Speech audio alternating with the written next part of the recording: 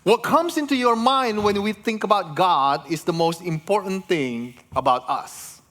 Seorang ahli teologi, seorang pastor, seorang penulis buku yang hidup di abad ke-20 di awal tahun 1900-an.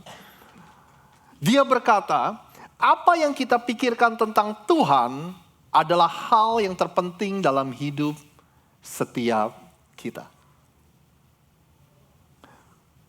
Ketika Anda berpikir tentang Tuhan, ketika kata Tuhan, ketika sosok Tuhan itu terlintas dalam pikiran Anda, apa yang Anda pikirkan tentang Dia itu adalah hal yang terpenting dalam hidup Anda dan saya.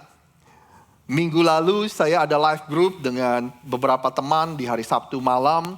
Lalu salah satu dari kami membuat komentar gini, saya punya teman yang percaya bahwa Tuhan itu ada. Tapi Tuhan itu hanya memantau, Tuhan itu hanya melihat kita dari jauh, dan dia nggak tertarik untuk ikut campur tangan dalam urusan-urusan kita setiap hari. Jadi dengan kata lain, Tuhan itu tidak aktif. Tuhan itu impersonal, He is inactive God. Apa yang Anda pikirkan tentang Tuhan, itu adalah hal yang terpenting dalam hidup Anda dan saya. Ada juga mungkin waktu kita berpikir tentang Tuhan, kita membayangkan seorang yang tua, rambutnya putih, saudara, an old man, ya kan saudara? Kita membayangkan orang tua yang pikirannya itu kuno. Jadi di hari ini, di dunia yang modern ini, dia mungkin nggak terlalu mengerti tentang isu-isu zaman sekarang, saudara. Atau mungkin ketika kita berpikir tentang Tuhan, kita berpikir tentang Tuhan yang suka ngitungin skor. Kemarin kamu buat dosa segini banyak nih. Perbuatan benar kamu segini banyak. Hari ini not bad lah. Perbuatan benar kamu jauh lebih banyak daripada kesalahan kamu. Dia suka ngitungin skor, saudara. Ketika kita berpikir tentang Tuhan. Atau mungkin ketika kita berpikir tentang Tuhan, kita berpikir tentang Tuhan yang mudah marah. Dia pemarah, awas hati-hati, jangan sampai buat dia marah. Awas hati-hati, nanti disentil sama Tuhan baru tahu rasa. Kita sering buat komentar seperti itu. Tapi banyak juga dari kita yang melihat Tuhan, membayangkan Tuhan, yaitu Tuhan itu seperti kayak Sinterklas. Tuhan itu seperti Aladin, Tuhan itu seperti asisten kita, saudara. Ketika saya punya masalah, Tuhan tolong selesain dong. Ketika saya punya kebutuhan, permintaan, Tuhan tolong penuhin dong permintaan saya. Nanti kalau masalah kita udah selesai, oke deh Tuhan, sampai ketemu nanti ya. Nanti kalau saya ada masalah baru saya balik lagi. Ya, untuk sekarang, see you later. Sampai berjumpa lain kali. Nanti begitu kita ada masalah baru kita cari dia lagi, saudara. Ketika orang-orang berpikir tentang Tuhan, kita semua punya gambaran yang berbeda-beda Tuhan itu seperti apa. Nah, kenapa A.W. Tozer berkata, apa yang Anda pikirkan tentang Tuhan itu adalah hal yang terpenting dalam hidup Anda dan saya, saudara. Karena apa yang Anda dan saya pikirkan tentang Tuhan, demikianlah kita akan menjalani kehidupan kita. Dan demikianlah kita akan menjalani hubungan kita dengan Tuhan itu seperti apa. Itu sesuai dengan apa yang kita pikirkan tentang Dia. Contohnya, kalau kita berpikir bahwa Tuhan itu jauh, hanya memantau dan tidak aktif, dan dia nggak tertarik dengan urusan-urusan kita, maka otomatis kita akan berpikir untuk tidak ajak Tuhan campur tangan dalam setiap permasalahan dalam kehidupan kita atau dalam urusan kita sehari-hari, karena kita pikir dia nggak peduli dengan urusan-urusan kita. Ya kan? Kalau kita pikir Tuhan itu adalah orang yang tua, orang yang kuno, orang yang tidak relevan, saudara, maka otomatis kita akan berpikir, ya Tuhan gak ngerti lah urusan-urusan zaman sekarang. Boleh diklik di next slide please.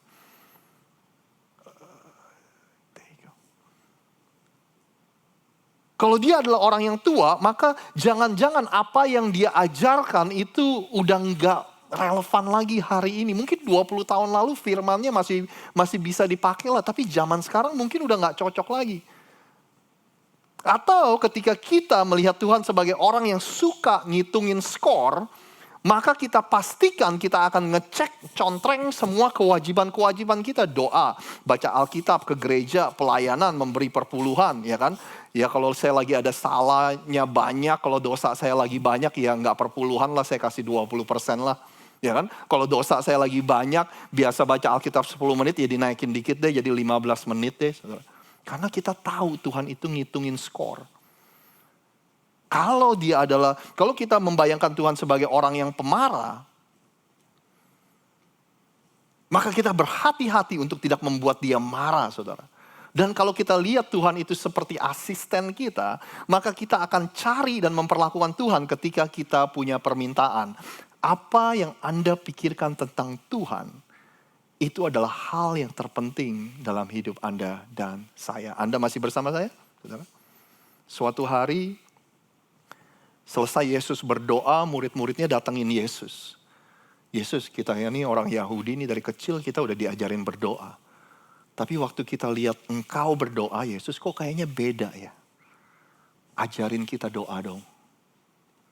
Lalu Yesus bilang gini, karena itu berdoalah demikian.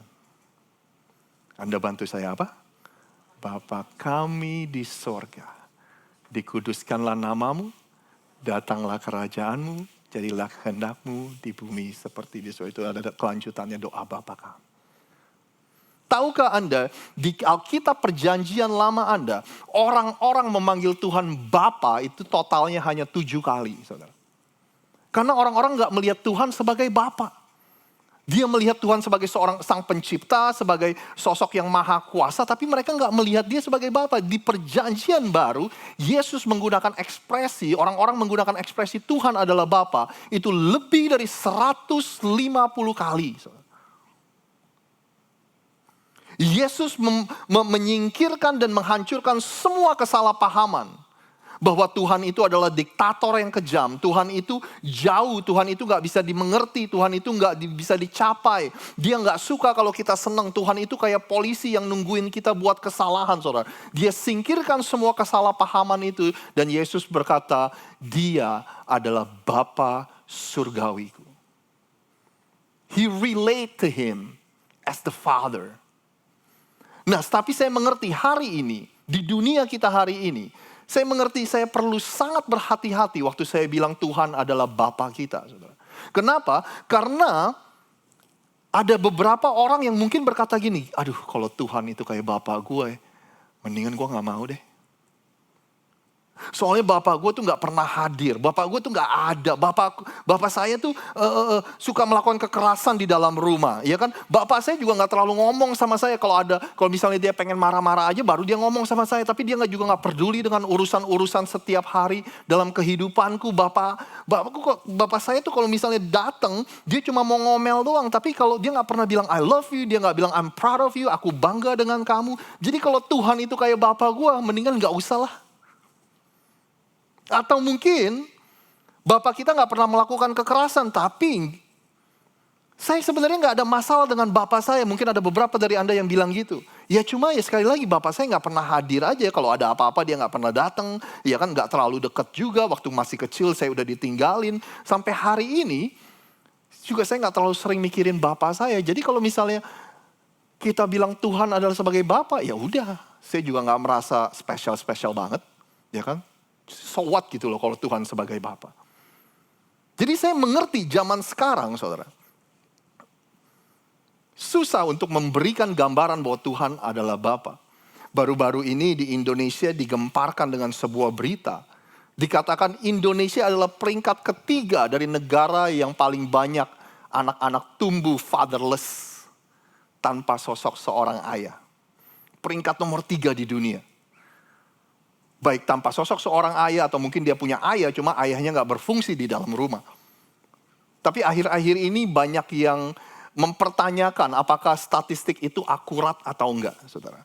Jadi saya juga gak tahu yang mana yang benar, akurat atau enggak. Tapi di Amerika ini ada 18,3 juta anak yang tinggal di dalam rumah tanpa sosok seorang ayah. Ini di Amerika aja, saudara. Artinya 1 dari 4 anak itu gak punya sosok seorang ayah, fatherless. 80% dari single parent adalah anak hidup dengan ibunya. 80%. Menurut penelitian dikatakan bahwa anak-anak yang mempunyai kesehatan mental yang baik itu dikarenakan kedua orang tuanya itu involve, aktif dalam kehidupan anak-anaknya. Orang tua yang aktif, papa yang aktif dalam kehidupan anak-anaknya, itu kemungkinan besar anak itu berprestasi di dalam sekolahnya, saudara. Bahkan dalam penelitian di mana mereka mempelajari 56 penembak sekolah massal, saudara. 56 penembak itu, 46 dari mereka itu hidup tanpa sosok seorang ayah. Tumbuh di keluarga yang tidak stabil dan di dalam keluarga yang orang tuanya tidak involve, saudara. Boleh saya kasih kabar baik hari ini kepada Anda semua. Bahwa statistik itu bukanlah bagian dalam kehidupan Anda dan saya. Amin, saudara.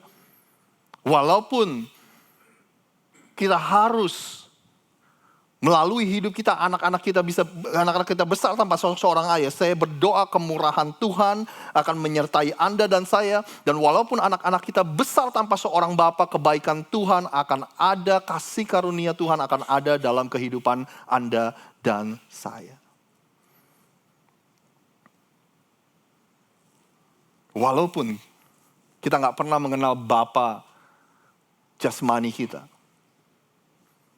Tapi dia adalah Bapa surgawi yang sempurna. Mazmur berkata, He is the father to the fatherless. Dia adalah Bapa bagi anak yatim. Buat kita yang gak pernah tahu siapa Bapa kita, Tuhan itu jadi Bapa surgawi yang sempurna dalam kehidupan kita. Bahkan buat Anda yang cukup beruntung untuk mempunyai ayah, sosok seorang ayah yang luar biasa, Tuhan adalah versi yang sempurna dari ayah jasmani kita. Amin, saudara. Hari ini dalam sisa waktu kita bersama-sama di Father's Day ini, saya ingin mengajak Anda untuk melihat sebuah perumpamaan yang Yesus ajarkan.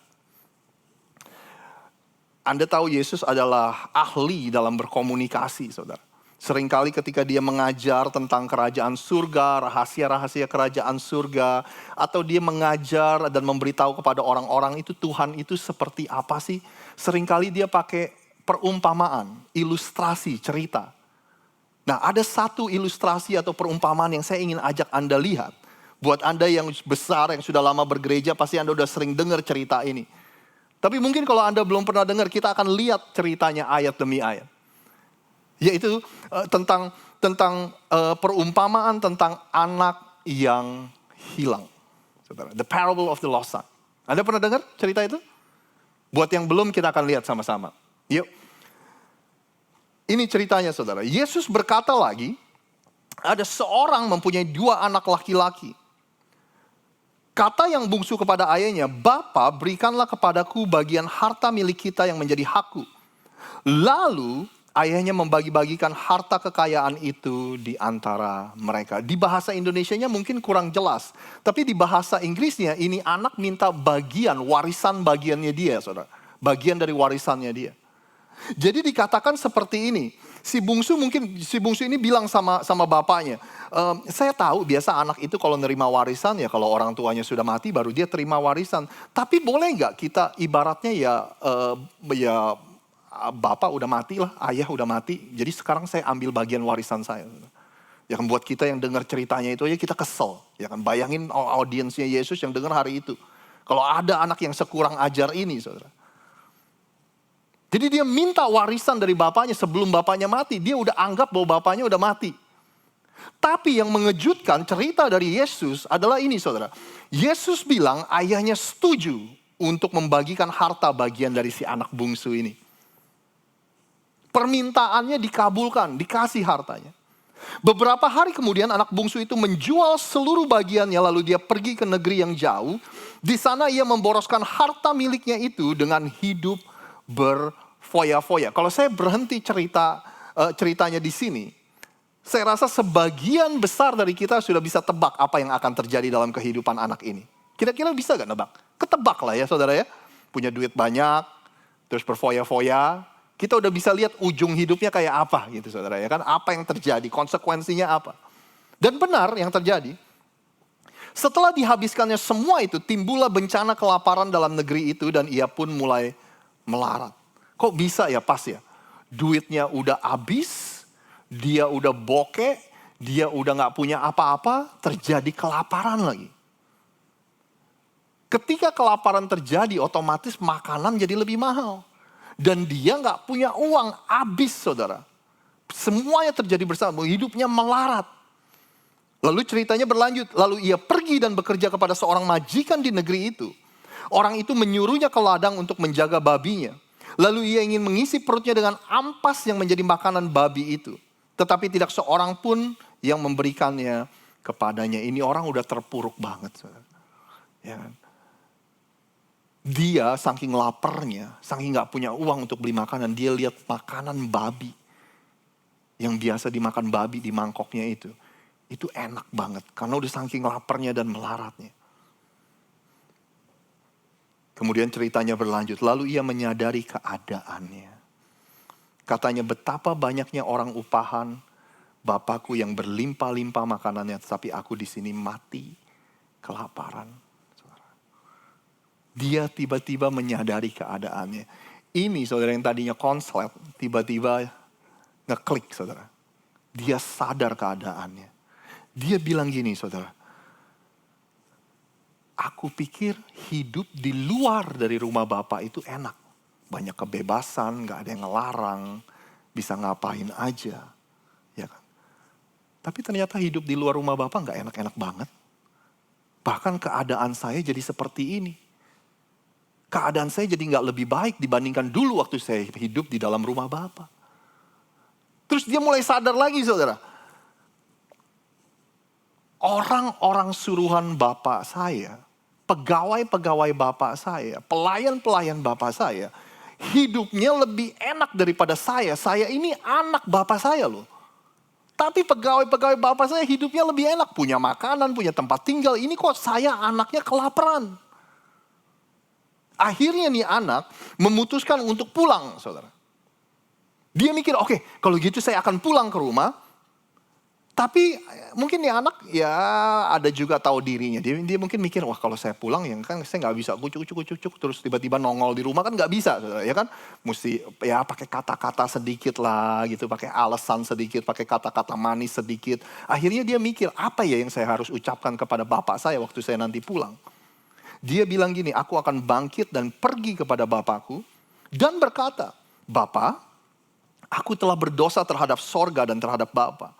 Aku tidak layak lagi disebutkan anak Bapa. Jadikanlah aku sebagai salah satu seorang upahan Bapa. Jadi dia mikir gini, nanti kalau saya pulang saya bilang sama Bapak saya telah berdosa atas Bapa. Saya gak layak jadi anakmu. Tolong ambil saya. Gak usah jadi anak gak apa-apa. Yang penting jadi orang upahan aja gak apa-apa. Nah jadi dia latihan tuh, oke nanti kalau saya pulang ini yang akan saya bilang, ini yang akan saya bilang. Dia latihan, dia rehearse. He rehearse.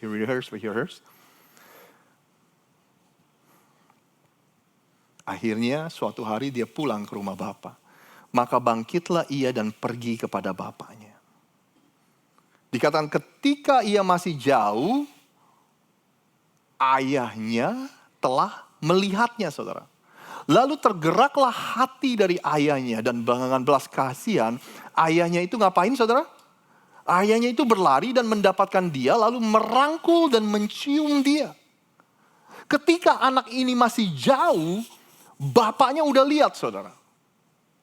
Saya lagi mikir gimana bapaknya ini bisa lihat anaknya waktu dia padahal masih jauh. Jangan-jangan saya mikir setiap hari, ini bapak saudara, setiap sore mungkin selesai kerja, dia berdiri di halaman depan rumahnya, dia nungguin. Mungkin hari ini anak saya akan pulang. Dia gak pulang. Besokannya, dia tungguin lagi. Mungkin hari ini anak saya akan pulang. Mungkin hari ini anak saya akan pulang. Suatu hari, dari kejauhan, dia lihat anaknya pulang saudara. Saking senengnya, dia lari nyamperin anaknya walaupun anaknya masih jauh. Anda tahu gak di kebudayaan pada waktu itu saudara? Ketika kita lari, itu adalah sesuatu hal yang tidak terhormat. Di kebudayaan waktu itu, karena ketika kita pakai jubah dan kita angkat jubah kita dan kita harus lari dan kelihatan kaki kita, itu adalah sesuatu yang memalukan, saudara. Tapi ayah ini gak peduli. Saking senengnya dilihat anaknya pulang, saudara. Dia rangkul, dia cium, pokoknya dia udah excited banget. Nah, anaknya mikir, dia kan udah latihan nih, kalau saya ketemu bapak saya, kalau saya pulang apa yang harus saya katakan. Anaknya bilang gini, kata anak itu kepada bapak, aku telah berdosa terhadap sorga dan terhadap bapak. Aku tidak layak lagi disebutkan anak bapak. Anda mau tahu respon dari bapaknya? Tetapi ayah itu berkata kepada hamba-hambanya, kepada orang-orang suruhannya, pegawainya, lekaslah bawa kemari jubah yang terbaik, pakaikanlah itu kepadanya, kenakanlah cincin pada jarinya dan sepatu pada kakinya. Ini anak, saudara, bilang, lagi ngomong sama bapaknya, tapi bapaknya cuekin dia dan dia ngomong sama pegawainya, bawa jubah yang terbaik, bawa cincin kenakan pada jarinya, bawa sepatu pakein ke kakinya. Yang semua itu adalah simbol bahwa kamu itu bukan pegawai aku. Kamu itu bukan orang suruhan aku. Kamu itu adalah anakku. Jubah, cincin, sepatu, semua itu adalah lambang bahwa kamu itu anakku, anak Bapa, saudara. Terus dia bilang gini, dan ambillah anak lembu tambun itu, sembelilah dia dan marilah kita makan dan bersuka cita. Berikutnya Anda bantu saya. Sebab anakku ini dan menjadi hidup kembali. Ia telah hilang dan didapat kembali. Maka mulailah mereka bersuka ria. Bapaknya ini bilang potong lembu. Malam ini kita akan makan steak, saudara. Kita akan pesta, kita akan bersuka cita. Karena anakku yang telah mati, telah hidup kembali. Aku pikir dia udah mati, tapi dia pulang. Anak yang hilang sekarang sudah kembali. Waktu kita pikir cerita ini udah selesai, waktu kita pikir film ini udah selesai, Yesus mengajak kita untuk melihat kebagian yang lain dari ceritanya ini, saudara. Anda ingat anak Bapak ini punya berapa anak, saudara? Punya 2 anak. Itu adalah cerita tentang anaknya yang bungsu. Gimana dengan anaknya yang sulung? Ini yang terjadi. Tetapi anaknya yang sulung berada di ladang, dan ketika ia pulang dan dekat ke rumah, ia mendengar bunyi seruling dan nyanyian tari-tarian. Waktu anak yang sulung ini pulang, dia dengar kok ada pesta. Ada apa ini? Ya kan, ada apa berisik-berisik ini? Lalu si anak sulung itu panggilin salah satu pegawai dari bapaknya. Ada apa ini? Lalu ia memanggil salah seorang hamba dan bertanya kepadanya, apa arti semuanya itu? Ini ada apa? Ada pesta buat apa?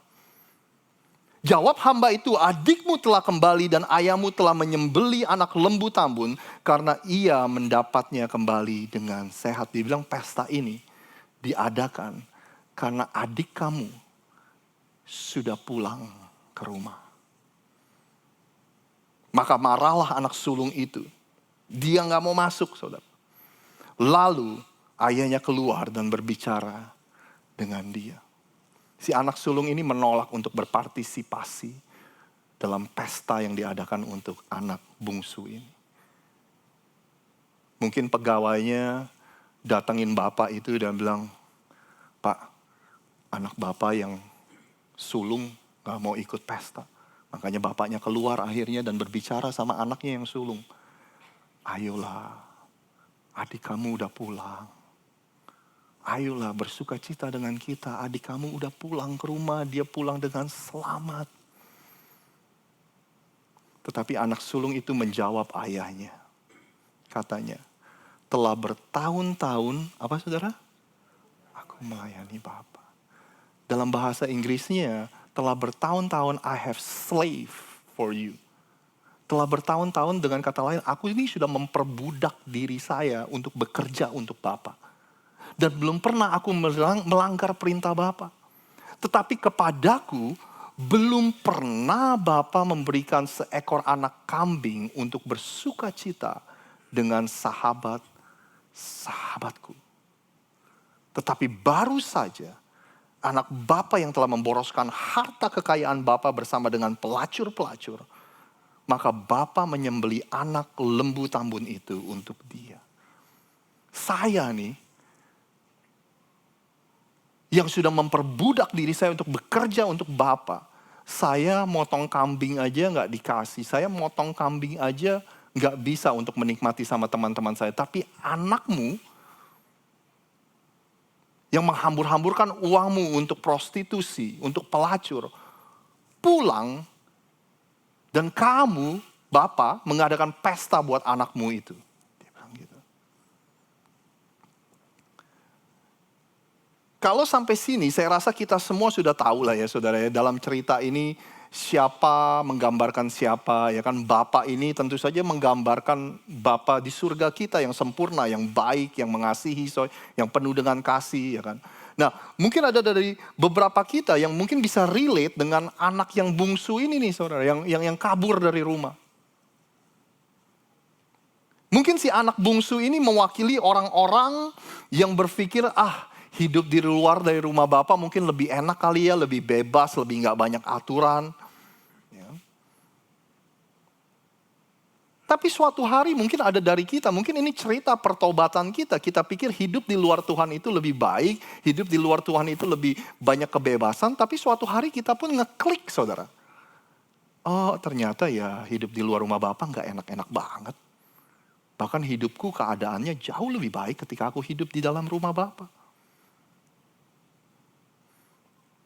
Nah gimana dengan si anak sulung ini?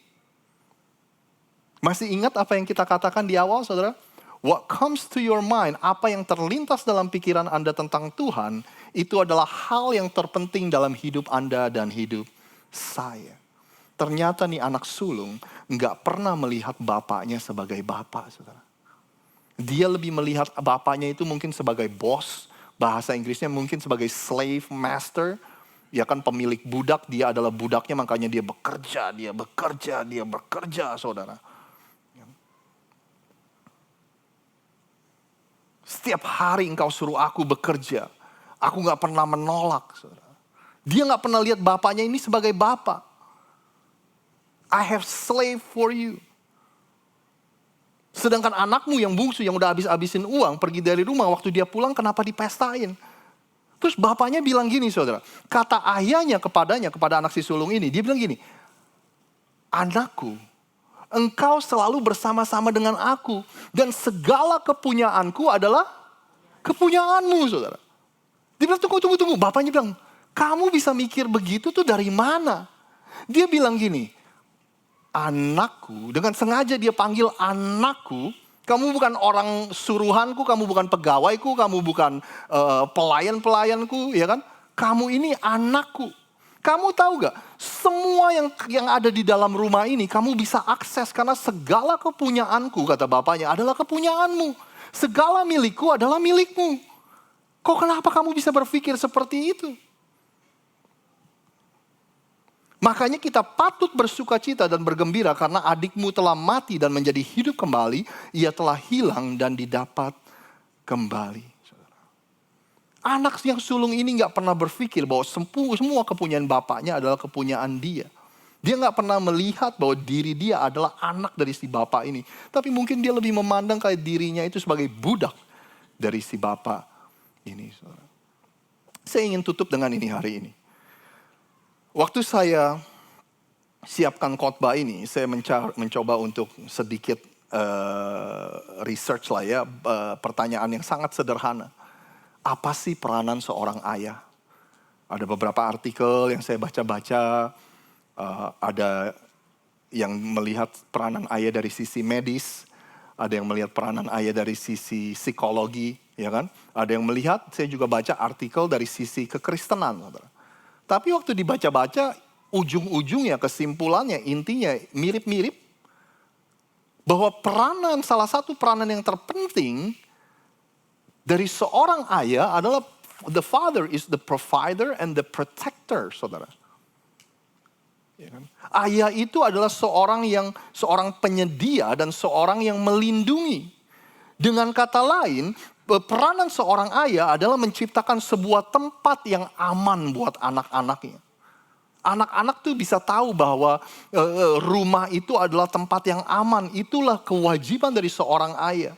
Untuk memproteksi dan melindungi anaknya. Memberikan tempat yang aman di mana anak-anak bisa mempunyai rasa aman.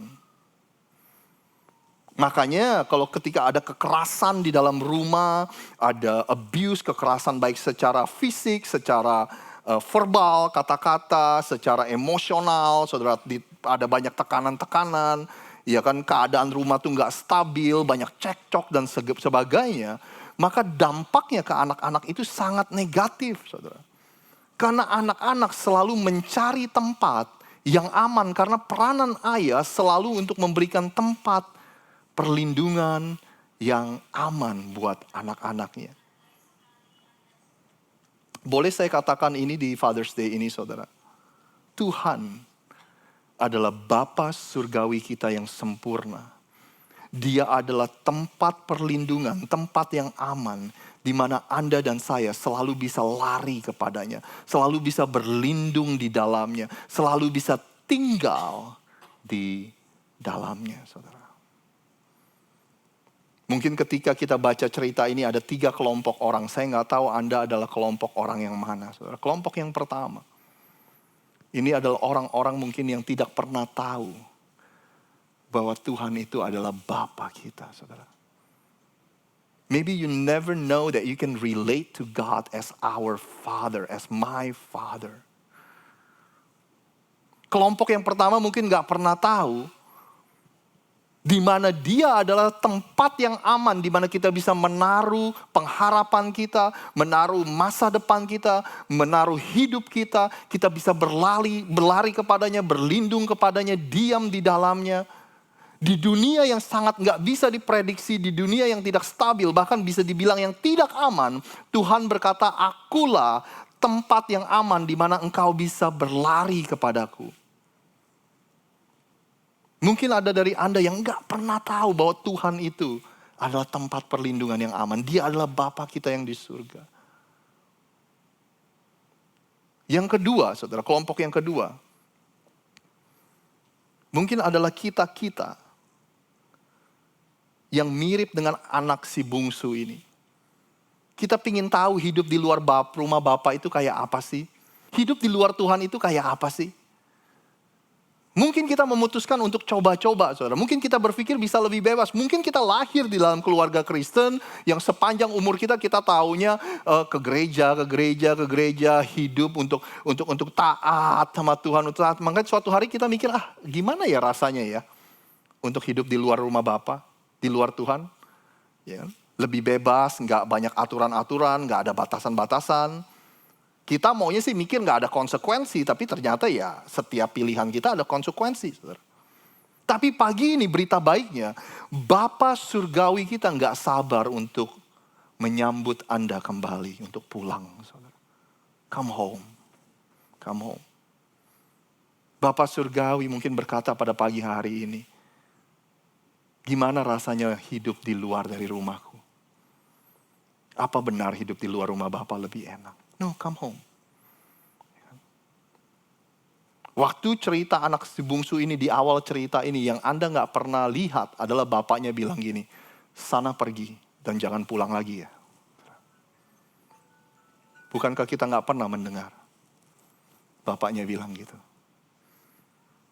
Karena rumahku adalah tempat yang aman, a secure place for you to return home. Untuk Anda pulang, rumahku adalah tempat yang aman. Mungkin ada dari kita yang sudah kelamaan hidup di luar rumah Bapa. Ada begitu banyak konsekuensi yang harus kita lalui karena pilihan kita. Dan ekspektasi kita sudah mulai rendah, saudara. Kita mikir gini, aduh Tuhan, saya nggak muluk-muluk deh, saya nggak banyak deh permintaan.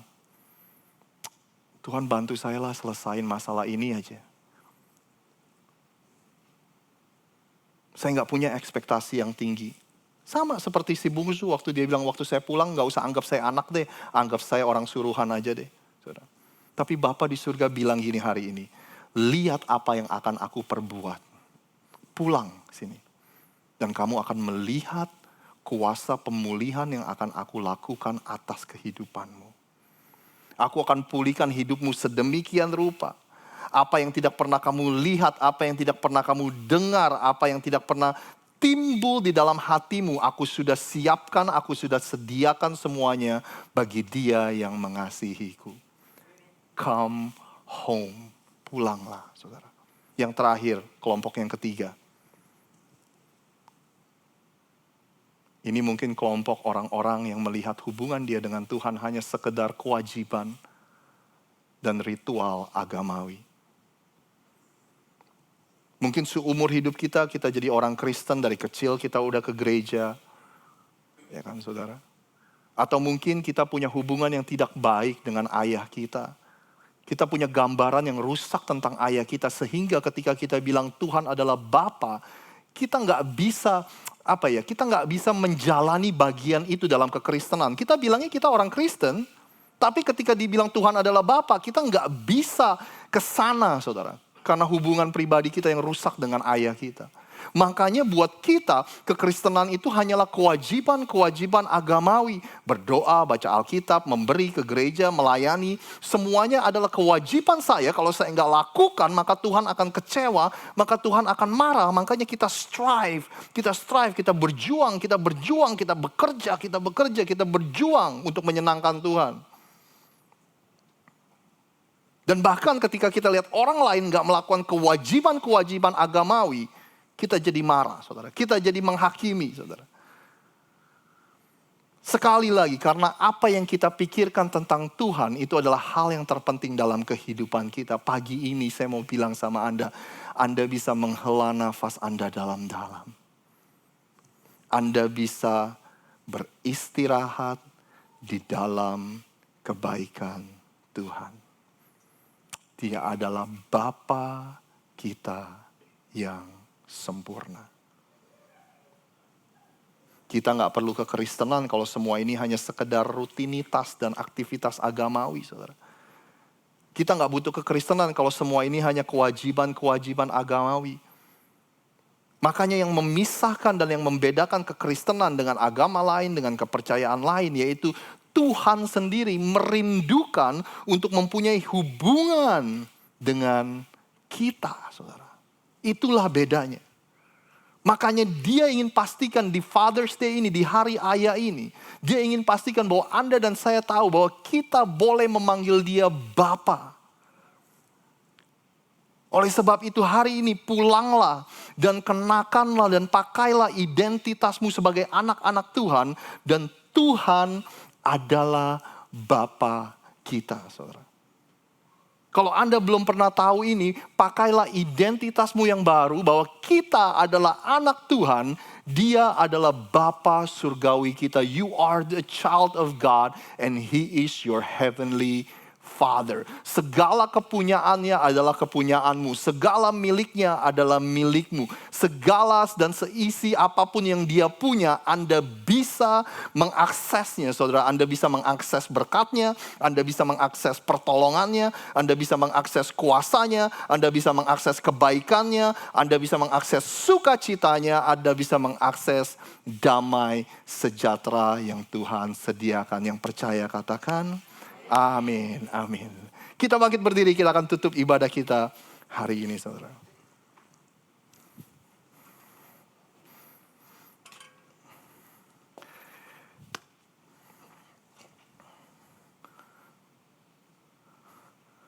Bapak, hari ini kami bersyukur kami diingatkan kami boleh memanggil Engkau Bapa. Kami mau mengambil waktu sebentar. Kalau pagi hari ini ada di antara kami, ada di antara kami yang tidak pernah tahu bahwa Engkau adalah Bapa kami di surga. Kalau hari ini Tuhan, ada yang merindukan untuk memulai hubungan itu dengan Bapa di surga. Hari ini Tuhan pun merindukan engkau untuk pulang. Hidup di dalam rumah Bapa. Kamu bisa mengakses segala yang ada di dalam rumah Bapa. Kepunyaanku adalah kepunyaanmu. Milikku adalah milikmu. Kalau ada dari Anda yang tidak pernah mempunyai hubungan atau tahu bahwa Tuhan adalah Bapa kita bisa memulai hubungan itu hari ini juga, detik ini juga. Anda bisa berdoa dalam hati, Anda bisa berdoa bersama saya, Tuhan, Mulai hari ini kami akui bahwa Engkau adalah Bapa di surga. Bapa yang begitu mengasihi kami, yang mengirimkan anak-Mu yang tunggal untuk mati di atas kayu salib untuk dosa setiap kami. Dan mulai hari ini, Engkau adalah Bapa, Tuhan dalam kehidupan kami. Mulai hari ini bukan lagi aku yang hidup, melainkan Engkau yang hidup di dalamku. Mulai hari ini, identitas tertinggi kami adalah anak-Mu. Dan Engkau adalah Bapakku yang di surga. Terima kasih Tuhan. Terima kasih kekekalan telah Engkau sediakan. Tempat di rumah Engkau Bapa telah Engkau sediakan buat kami semua. Kami mengucap syukur atas semua itu. Saya boleh undang Ko Beni untuk doa berkat buat kita semua. Mari kita angkat tangan kita. Saudara-saudara, terimalah berkat, kasih karunia yang berlimpah-limpah dari Bapa kita di surga, cinta kasih daripada Anak yang tunggal Yesus Kristus serta persekutuan manis dengan Roh Kudus menyertai kita semua mulai dari hari ini sampai selama-lamanya. Mari kita terima berkat. Sama katakan, amin. Tuhan Yesus memberkati saudara. Happy Sunday, Tuhan Yesus memberkati. Salam samping kiri kanan, katakan Tuhan Yesus memberkati.